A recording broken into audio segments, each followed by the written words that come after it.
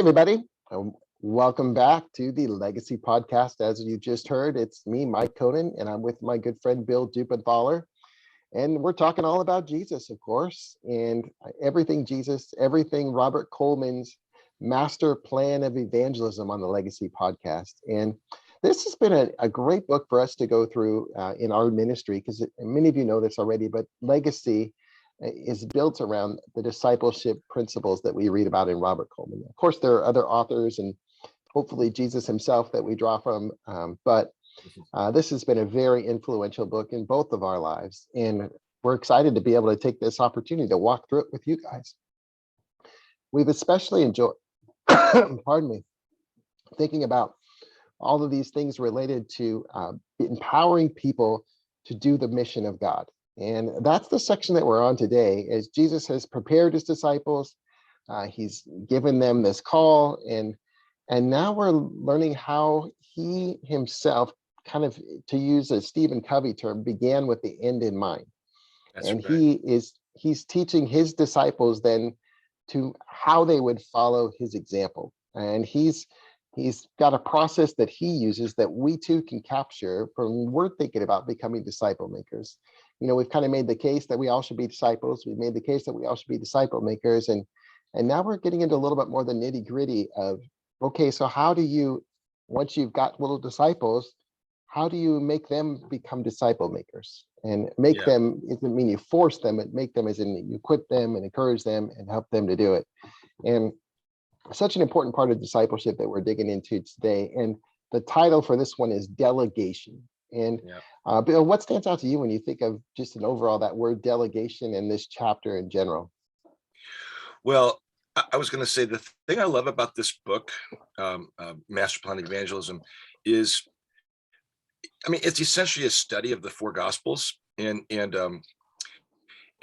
love the way it sort of brings you into looking at the Gospels through this really specific lens of, okay, what was Jesus really trying to do with these guys?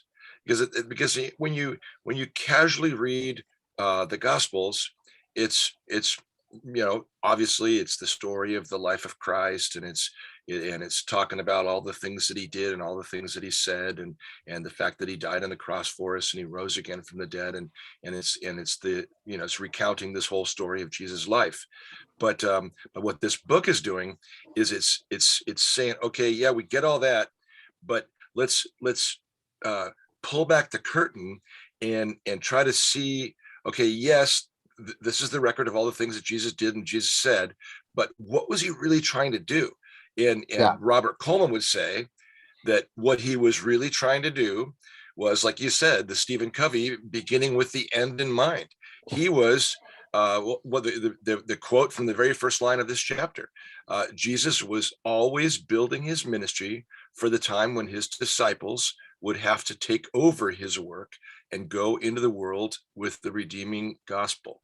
This plan was progressively made clear as they followed him. So I love this idea of exactly the same thing with us, whether it's raising our kids to be followers of Jesus, or whether it's the people that God's given us to invest in, whether we're a mentor or we're leading a discipleship group. The idea is we're preparing them to be doing what we do. Yeah, that's for sure. The word that I highlighted and emboldened was progressively. The plan was progressively made clear as they followed him. And we'll dig into that a little bit later. But I do think that's such a key part of it is, you know, learning how to give a little bit more. Delegation is the art of giving a little bit more responsibility and a little bit more vision, a little bit more direction, so that you don't overwhelm people. A funny story, Bill, and I don't remember if I told this one on the podcast or not, but I heard this at a church sermon one time. It's always stuck with me. In the Communist Party, in where I was at in Florida, they actually would not allow people to become members of their chapter or affiliate group unless they themselves had taken, I don't remember what the number was. It was probably, you know, a couple hundred flyers, and they had to go down and pass them out. This communist, you know, Hmm. whatever propaganda, whatever you want to call it. But they believe that you were making it very clear from the beginning, this is the mission. The mission is to spread the word of communism everywhere. And so from the very beginning, before you even know anything about what we're doing, you're going to go down and get all the bullying, all the harassing, all the everything.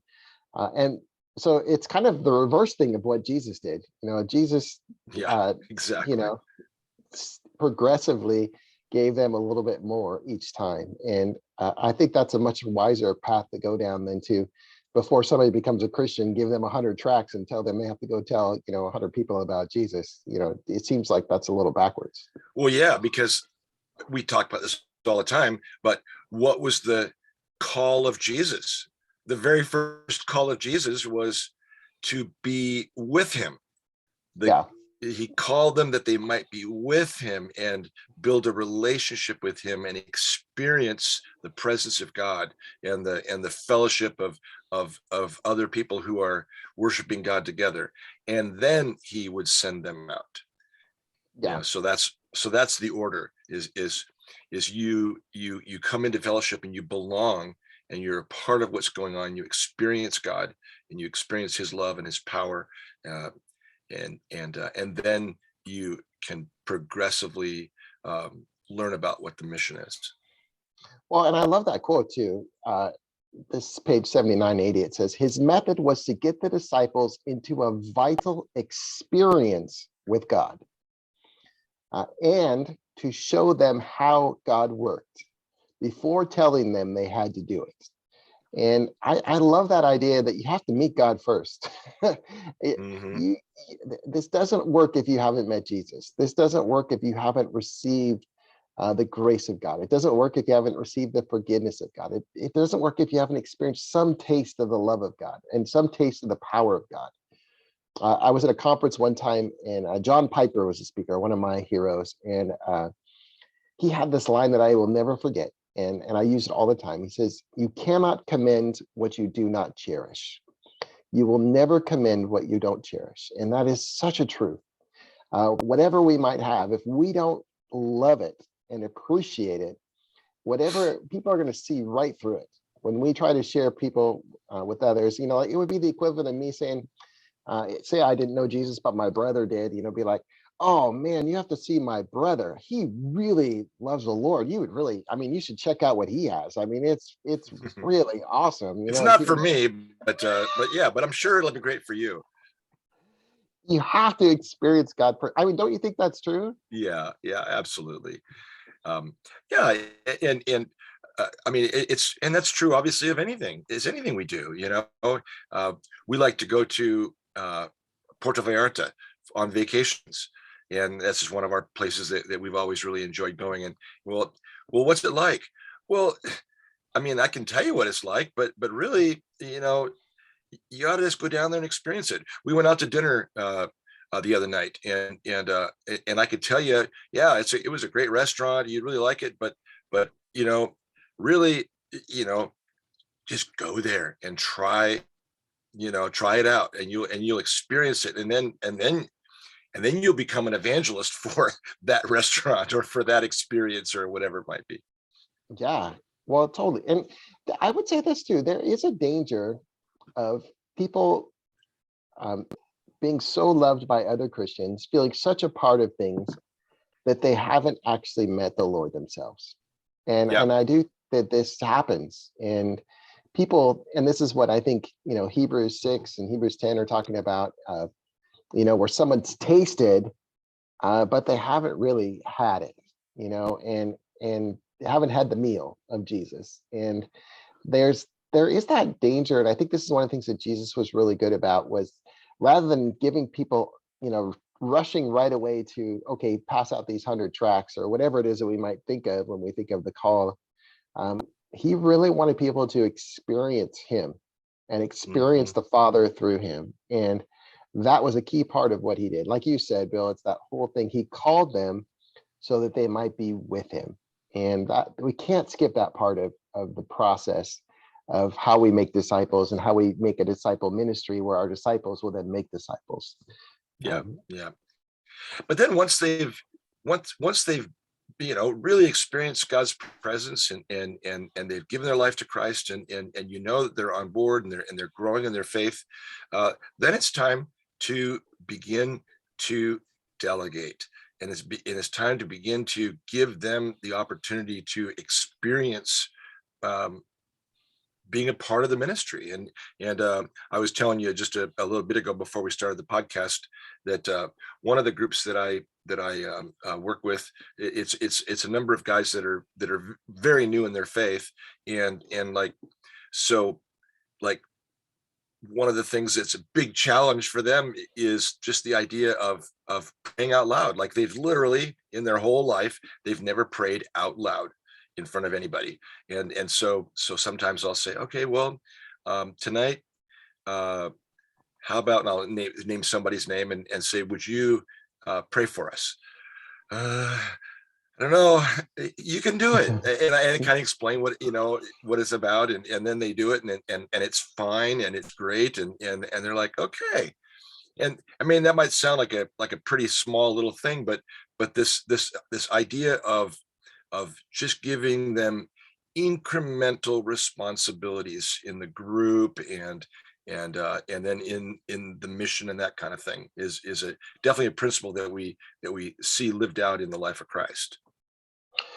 Well, I like this quote too. He used his disciples in other ways to help along his work, such as caring for the manual burdens of getting food and arranging accommodations for the group as they followed him.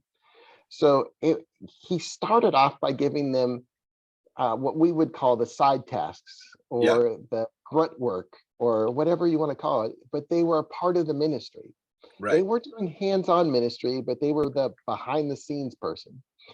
And I want to pause here and say, what a great idea. And you use the example of prayer, which would even be more hands-on, I think.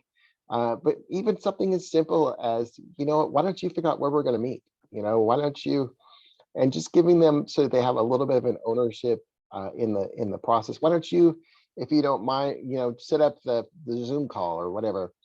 Uh, anyway, I was thinking about this as it relates to the church, though. And again, I served in the church for 20 years, so I'm not bad mouthing the church. I would never do that.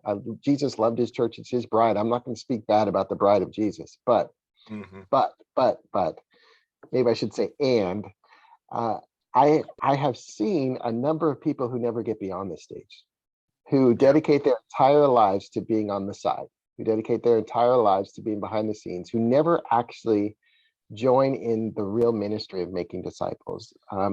What could have been an introduction to being a part of the ministry that could move them towards actually doing the ministry, I would say this is even a strong majority of people that I know in the church who never get to that spot where the church has trained them to get beyond the helping mode. They leave that to the professionals, the pastors, the the people with the gift of evangelism, the quote unquote leaders, the elders, whoever. And and I think that that's one of the things that stood out to me as I was thinking about this particular context is, yes, we need people to take care of the food. Yes, we need people to take care of the accommodations. Yes, those are so important. Uh, but Jesus didn't see that as his end goal for his disciples. He gave that to them so that they could incrementally grow in where he wanted them to get to. yeah. But they were super important ways to get people, and I love that you use that term, ownership, to give people ownership. When we Yes. lived in France, uh, in Lyon, by the way, if anybody wants to go to Lyon, you just let me know, and Jody and I would love to meet with you or have a Zoom call with you or something, and we'll give you the full lowdown on Lyon, France, best city in France in our opinion. But anyways, we went to a Hillsong church there, and whether or not you love Hillsong churches or not, that's not the point. But one of the things that they did really well, that I really appreciated then and still do to this day, and so you kind of talk about church, is like, they would have so many people involved in helping on Sunday Right. mornings. They'd have people standing like literally a block away from the church with these Hillsong umbrellas, just standing there, like, like in case, because people were, where do we go? Because there are always like tons of visitors, and then we'd have people like at the bottom of the steps, and then people at the top of the steps, and then Right. you get into in the door, and you'd have some greeters, and then and they had people serving coffee, and then when you get into the service itself, they would often have a different person from the congregation that would be the first person that would stand on stage and welcome everybody. Like, hey, my name's Bill Dippenthaler, and I go to church here, and we're just so excited that you're here today, and let's worship God together, and off they go, and it's like super cool. Even the giving the opportunity to support financially. They would often have different members of the church get up and hi, my name's Bill, and I love tithing at Hillsong, and here's why. And I'd love to have you do it too. Join me in supporting this great ministry. Blah blah blah blah blah. So yeah, I love that idea of giving people things to do. That are like we said, incremental, easy things to start out with.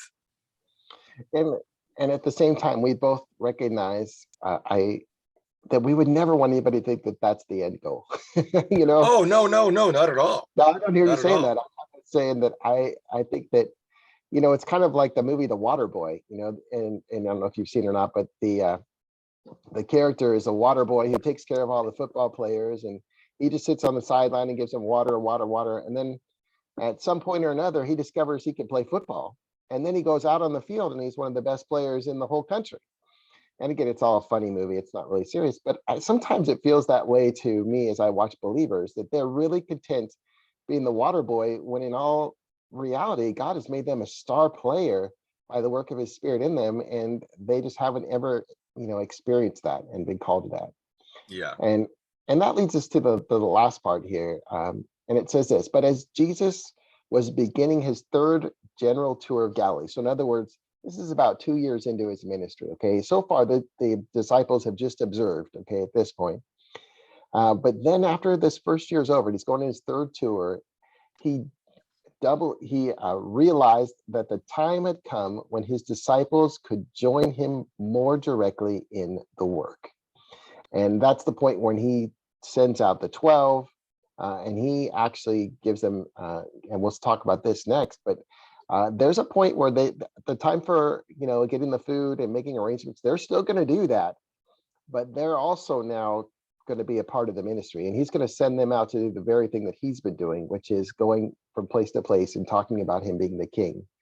And that's what they been being prepared to do all along. And now he's finally, after they've observed him for a pretty long period of time daily, he's going to release them out to do what he's been doing. And we have to get to that spot, I think, where it goes beyond arranging accommodations and getting food, where we actually are sharing and beginning the process of making disciples.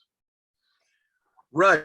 And so I guess the question is for us in 2022, what does that look like? So like you mentioned in Matthew 10, Jesus sends the disciples out on their first practice missionary trip, and hey, you guys go out and here's what you're going to do, and he gives them all their instructions, sends them out. They have this incredible experience, and they come back and they report back to him all that happened, and he teaches them and instructs them. So what does that look like for us today? Whether it's in the church or whether it's in you're leading a small group, a discipleship group, or even with if you're mentoring somebody. I think there comes this realization that you're either watching the game or you're in the game when it comes to making disciples. And I would say that for me is the easiest answer to that question, is you want to put that before people. Are you in the game or are you watching the game? Now, I've heard people and pastors, well-intended, say you're either in the game or watching the game. And what they're meaning is people who just go to church. So they're not volunteering. They're not the greeters like you're talking about coming in, and the people with the umbrellas. They're trying to get people to become the greeters. And that's what they talk about, getting in the game. And in some ways that's true. I wouldn't want to say, because it is an incremental step. but I don't think that's in the game. I think you're just moving from the stands to the sideline, at that point. You know what I mean, Bill? Yeah, And yeah, yeah. and there comes a point where we have to paint the vision that no, you're a player. The Holy Spirit's made you a Hmm. player. You can get in the game of discipleship. You could start changing lives by the Holy Spirit using you. It doesn't have to be somebody else. And I Yeah, think that's maybe the not to take the football thing too far, but I mean maybe the greeters and that kind of thing. Maybe that's special teams, and you're a rookie, and so you're not a starter yet. So you're getting in on special teams, and you're getting to play here and there, but you're still kind of learning and building your confidence and your skills and putting on weight and still learning the position. yeah. Yeah, whatever it is, there's more for you, and the more for you is making disciples, right? And by making disciples, maybe that's a good point for us to just pause and say, this is what we mean by that. We mean that you're purposely and personally investing in other people to lead them closer to the Lord. Right. That you personally and purposefully are investing in other people to lead them closer to the Lord. It is, yeah. Which involves both the idea of evangelism, so somebody that does not know the Lord and introducing them to Jesus, and helping someone to grow deeper in their walk with Christ and to experience the reproducing the ministry and being a disciple who makes disciples. So it's both evangelism and, well, I mean, we use the term discipleship, but it's a little bit confusing because it's at both and. Yeah, well, I was thinking about it, and I was reminded of the story of the mechanic who's in a mechanics class and listening to all these instructions and getting, watching everything, and then next thing you know, he's turned loose to go fix something, and they actually send him on a call to go fix his truck, and then he looks to his guy next to him and says, "Man, I wish I'd really been paying attention to all those instructions." I'm the one who's got to help these guys fix this thing. And I think that's what we found in our disciple making courses, is that the guys who are thinking about making disciples, they are ears wide open. They want to learn because they know that part of their calling is to get in the game. Part of their calling is, I've got to share this with other people. And it really does change your whole experience of going to church, change your whole experience of going to Bible study, changes your whole experience of being in your small group, change your whole experience of how you interact in the world, because you're constantly thinking about, man, I may be needing to know this so well that I could share it with somebody else. And Yeah. it helps.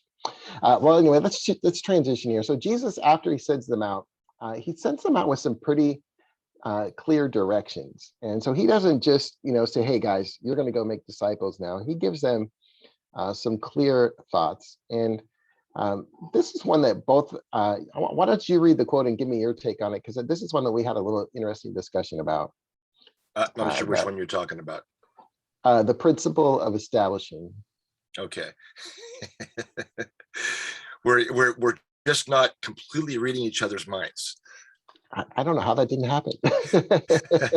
Okay, I got it now. So it says this principle of establishing a beachhead in a new place of labor by connecting with a potentially key follow-up leader is not to be minimized. Jesus had lived by it with his own disciples, and he expected them to do the same. His whole plan of evangelism depended on it. And so he told people to go into a town and it's like what you talk about all the time, Mike, to have your spiritual goggles on, essentially. Yeah. And my terminology, praying for the divine appointment. So I want you to go. I want you to be praying for divine appointments. I want you to have your spiritual goggles on, to have your spiritual eyes wide open, your spiritual ears wide open. And then I want you to see where God leads you. And he's going to lead you to some people that are going to be ready to be a part of this thing. And it may be the mayor of the town and a really influential leader. And it may be the person that's the woman at the well, who ends up evangelizing the whole town. But you need to have your eyes and ears wide open to who God is going to lead you to. Well, yeah, that's the thing. I think that we maybe if we take a principle from Experiencing God, another book that we both have come to love and cherish, the assumption is God's going ahead of you and God's working around you. And Yeah. so you don't have to blaze the trail. What you've got to look for is, where's God working? And church planters, and I've studied a number of them over the years, and disciple making planters especially, they talk about a person of peace. You want to find somebody, and this is the scriptural language too, Frank, that's why they use it, but that when you encounter them, it's not conflict, it's not struggle, it's somebody who receives your message with peace and assurance and reception. And there is that sense where Jesus gives them pretty clear direction of, hey, go out there, assume God's working, and when you find the place where God's working, start there. And that's such good advice for us too today, I think, as we're thinking about giving instruction to people to go out. Yeah, and so one of the things that we talk to people about a lot, and especially like in our discipleship class that we offer. And by the way, if you're ever interested in that, we're in the middle of one right now, but we'll be starting another one within the next several months, and so we would love to have you be a part of it. But one of the things that we ask people to do is to pray and make a list of some people that maybe God might be calling you to go to.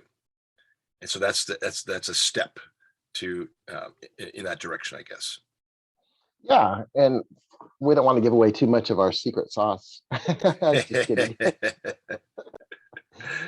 But there is a sense where that's what we're looking for. That's what we want to train people to do, is to be people who can see where God is working and then join in there. Yeah, bottom line. Yeah. Another piece that Jesus gives them, not only are they supposed to look for God and join him there, but they're going to face, challenge and suffering. And I thought that was another good point that was made here in the story, was this is not for the faint of heart. This is tough stuff. I don't know, what stood out to you in there, in that little section? Well, I guess as I was thinking about our situation today in 2022, Jesus was preparing them for the possibility of persecution, the possibility that people aren't going to receive you, the possibility that people would actually even be hostile toward this. That in fact Jesus even talked to them, even though on the one hand, at Christmas we talk about the Prince of Peace, who, peace on earth, goodwill towards men. But Jesus said, "Hey, you know what? The gospel is also divisive, and there are going to be people that are going to be angry, and there are going to be people that do not want to hear this, and Yeah, it's not going to be popular." And man, oh man, is that true in today's culture.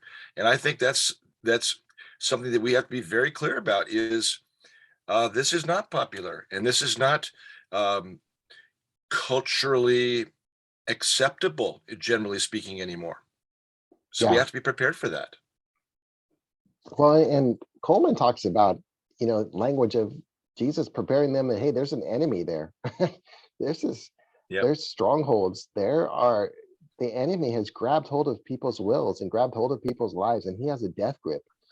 And so when you're entering in, just know it is not going to be all candy canes and unicorns. It is Mm-hmm. hard stuff and addictions, hard stuff in idols, hard stuff in all kinds of arrogance and pride. One cannot help being impressed with the realistic way that Jesus never let his followers underestimate the strength of the enemy, nor the natural resistance of self-serving people to his redeeming gospel, excuse me. And I just love that. I don't even need to say any more about it. That's just a great line. Yeah. The natural resistance of self-serving people. That's what you face, the enemy and then the self. It's right there. Well, we better keep cruising here. One Yeah. of the things that Jesus also did pretty well, and we won't talk about this much for now, but because we're running out of time, but Jesus, the other thing he did was he sent them out two by two. Why don't you give a quick comment on that, Bill, about the importance of two by two and what that can mean to somebody? Well, I think it's just the idea that don't go alone. You were never meant to do this thing alone. You were never meant to follow Christ alone, to go through life alone, and to frankly to go out and do all the things that we're talking about alone. He Jesus clearly said, okay, go out in pairs. And I think that can look like different things in today's culture. I mean, we're not maybe necessarily literally, you know, putting a knapsack on our back and, and leaving our house and walking around for, however long they were gone. But just this idea that don't do this in isolation. You got to have a few people around you that you're walking together with. Well, and in all honesty, we would strongly recommend if you're thinking about starting a discipleship ministry yourself to do it with somebody. Yeah. Have somebody you're teaming up with, because it's going to make it easier. You're going to be held accountable. You're also going to be able to complement each other, like you're saying. And there's not hardly a negative problem. I enjoy working with Bill. Bill enjoys working with me, and we would tell you, that we're stronger together than we were on our own. Either one of us. Yeah, absolutely. Well, and then finally, it's just very clear that this call of evangelism and this call of God to be involved in the work of making disciples, it's for today as well. It was not just Jesus and the disciples in isolation back in that time, but this was the plan for reaching the world through all of time up until 2022, when we're recording this podcast today. It's clear that this is what we're still called to be doing, to be delegating the work of God to other people so that they can delegate it to other people so that they can delegate it to other people. Yeah, I love this line. Christians are sent men and women sent out in the same work of world evangelism to which the Lord was sent, and for which he gave his very life. Evangelism is not an optional accessory to our life. Boy, that's a great line. Evangelism is not an optional accessory to our life. It is the heartbeat of all that we are called to be and do. It is the commission of the church that gives meaning to all else that is undertaken in the name of Christ. And I think that you would have to be able to make the case that no, that was just for the disciples. We're no longer called to evangelize. We're no longer called to make disciples. That was just for the early apostles. Now that's what pastors do. That's what elders do. That is not what everyone's called to do. I think the case is on you, because it's so clear that that's what Jesus modeled. It's so clear that's what the disciples did. Yeah. That you would have to prove that that's not the case. And I don't think you can make that. I don't think it's possible. I think that as you look at the call of Jesus, you especially look at the Great Commission, it's really clear that disciples were called to make disciples who make disciples who make disciples who make disciples who make disciples. And it goes on for generation after generation. Yeah. And so as we pause and we just think about this call for us today, it's not just to make disciples. And this is where I think we can get into trouble. The call for us today is to follow the example of Jesus and to make disciples who can make disciples. And that's a pretty big distinction. We're not just called to make people smarter and know more about God and to have more of the godly attributes in them, but we are called to make people who can they themselves make disciples. And that's where I would differentiate what I see as discipleship today. It's, again, that whole thing of moving from the stands to the sideline to in the game. And God wants all of us in the game, not just moving from the stands to the sideline. Yeah. So if you're, and we'll kind of wrap up with this. So if you're a discipler, then you to keep the football thing going, you're the coach, and your job is to get the rookies into the game. And maybe it starts off with they're just on special teams, but then as they get more experience and more seniority, they need to get into the game more, and pretty soon they become starters. And then you have new rookies that come along, and you need to get them in the game. And so it's this continual process of having every person that's on the team, someone that's made a decision to follow Christ, needs to be an active player and not just standing on the sidelines, or not just on the IR or something. I mean, they need to be in the game. And again, I love that line too. Evangelism is not an optional accessory to our life. It's the heartbeat of all that we are called to be and to do. And even if we took it a step further, Bill, we would say, and the goal is for everyone to become a player coach. Yeah, that's right. That's right. The goal is for everybody to become a player coach. The goal is not for people to just become players, but that they are then coaching other people to make players. And so you have a coaching tree. Maybe that's right. And if I'll you leave it at don't that. follow football, then we just really apologize for all of this nonsense. But it is a great metaphor, though. That's right. But well, listen, you guys, it's been really fun chatting again with you about all these things. And Mike and I are so grateful for those of you that support Legacy financially, and for those of you that pray for us and with us. Please do visit our website, ourtruelegacy.com, and check out all that's there, and click on a couple of those buttons to get involved. And with this podcast, we are so grateful that you are listening, and we would really appreciate you spreading the word about what we're doing by liking, sharing, giving us a great review if you like it. We hope that you do, and let's just continue to spread the word about these things, and let's continue to be disciples who make disciples. Amen. Amen. Everyone a player coach.